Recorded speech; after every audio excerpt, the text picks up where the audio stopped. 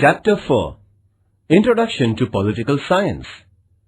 This chapter tells you about what politics is and why studying politics is important. The study of politics is called political science. This is also the name of the subject that this section introduces. Introduction. We are set to study political science. Never heard of this science? Don't worry. This subject is about the study of the activities called politics. You have surely heard about politics. Whenever someone is aspiring for power or position, we spontaneously say that the person is doing politics. Whenever someone is planning with others how to achieve some objective, one reaction is that they are doing politics. Often, we also imply that doing politics is not a very good thing. But can we live without politics? And is politics really a bad thing? I know. When I wanted to be class secretary, some girls in my class said that I was into politics. Do you know, my sister always makes secret plans with my mother. Father says they are doing politics. But I think politics is a big thing and happens out in the society and not inside homes. As we shall see below, politics is a necessary activity. Therefore, a systematic study of that activity is useful. What actually is politics about?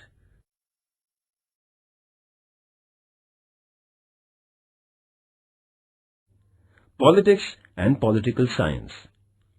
Do you think that as members of society, we all should know about the way politics happens around us? This subject called political science will help you understand this. What is science? You have heard about science. Science means systematic study. So, physics is a systematic study of the physical materials, and geography is a systematic study of nature and environment, land mass and rivers, and so on. Every area or branch of systematic inquiry is described as a science. If we need to study matter and environment and trees and even human body, should we not need to study the society we live in? Study of matter and environment, living beings, etc. is called study of physical sciences and life sciences. Similarly, study of society is called social sciences. Political science is one such social science. It is about society, but it is about one particular dimension of social life, namely politics. What is so odd about it? In my group, every girl has a different opinion about every film. Yet we are friends and we keep telling each other why a particular film is good or bad. Human beings always live in society. No humans ever like to live alone. When many human beings live together, they do not live as a herd or as a crowd. They live together with a purpose to make their lives better. This purpose sets them apart from other animals that may live in herds. Human beings live in a society. Collective well-being is the purpose of any society.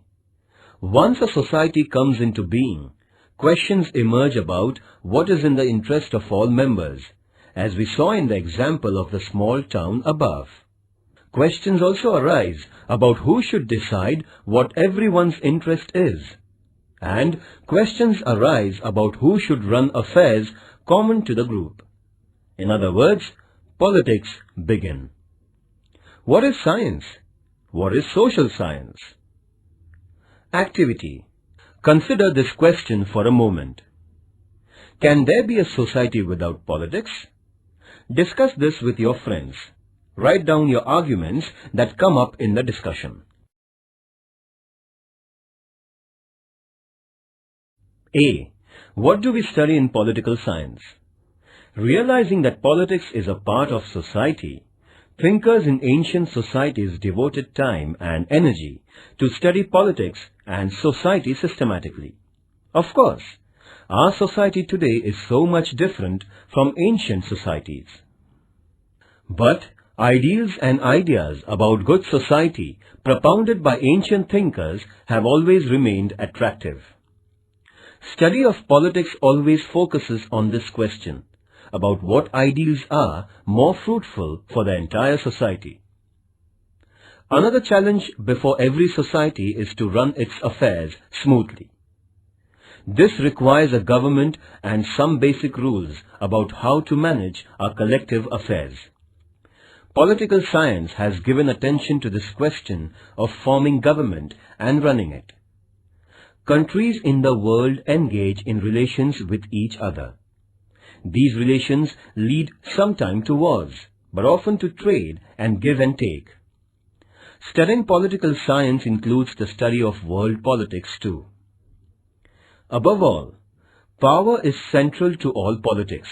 So, the study of political science is related to the question about why people want power and what they do for getting power.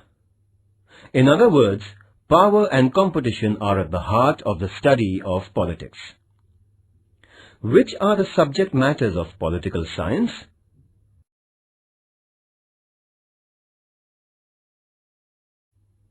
B.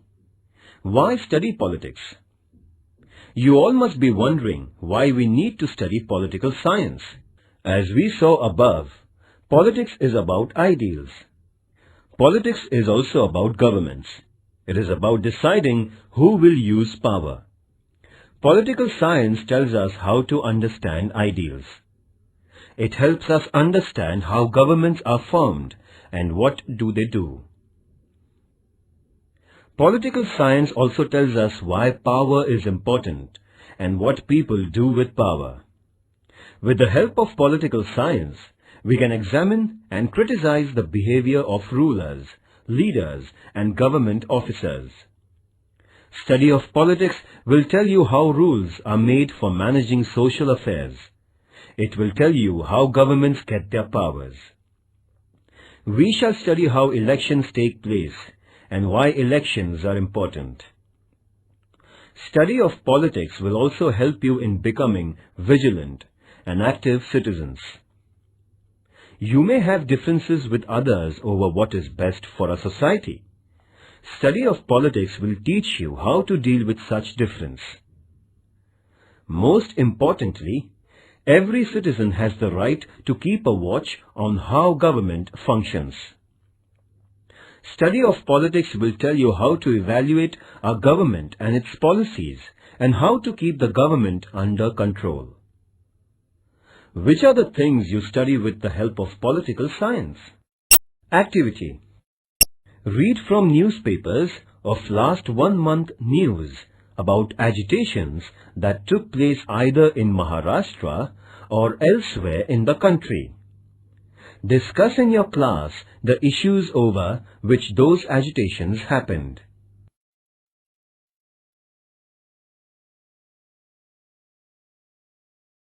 Let us look at some examples of politics. Do you know that every village has a Gram Panchayat? And every town has a municipal council? The Gram Panchayat and the municipal council looks after the maintenance of roads and lights in the locality. Government of India has decided to spend a lot of money on making provisions for schools because everyone must get education. The government wants to take over land from the farmers for some big project. The farmers are opposed to this move. They organize and start an agitation against the policy of the government. When elections are taking place for the Gram Panchayat or the Lok Sabha, candidates and their parties contact the people asking for their votes. This is known as the election campaign. Activity. Find out from each of these examples why they are called politics. Make a list of those who are most likely to be involved in doing things mentioned in these examples. List out the actors involved in these examples. Write down which of the following activities these examples of politics involve. First, deciding policies. Second, running routine government. Third, competing for power. Fourth, expressing differences over a decision of the government.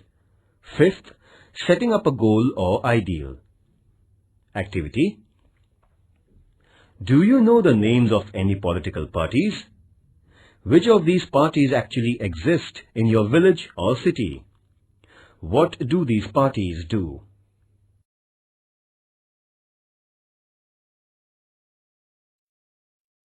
Politics as differences.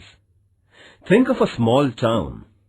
This town is divided into 3 groups, and outsiders may easily say that there is a lot of groupism in the town. What is the groupism about? One group is wanting to spend some money collected from the residents for constructing a temple. But some others are saying that having a small library for the residents will be much more useful. Disagreeing with both these propositions, some residents are saying that it is much more important to first ensure supply of tap water to the poor locality before we think of a temple or a library. Only if the town had all the resources in the world, it could manage all the 3 things. But they have only limited resources.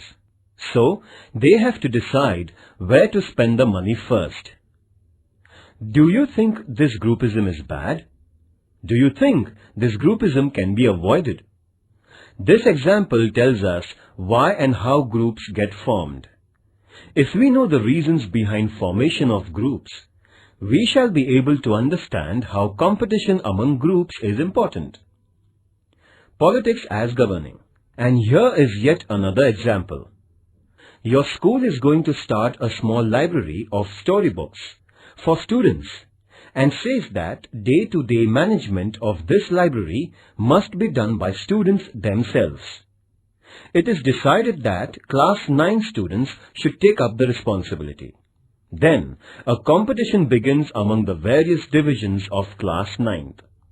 In each division, a few boys and girls want to become secretary of the library.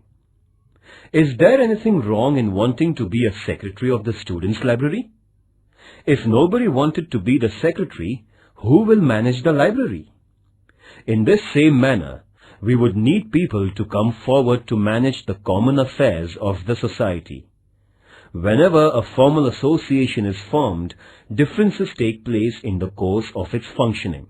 Whenever people come together on a regular basis for some common purpose, differences are bound to occur. We might disagree about work plan. There would also be competition for positions to run the affairs of the group. This will lead to discussions. Then there will be some give and take. Differences, competition and give and take help in reaching a better decision and better management. There is nothing to be worried about differences. This is politics. Are they telling us that differences are not bad? Isn't that odd? What is true of groups and associations is also true of societies and nations. Politics is unavoidable. Politics is necessary. Politics helps in conducting competition and managing differences.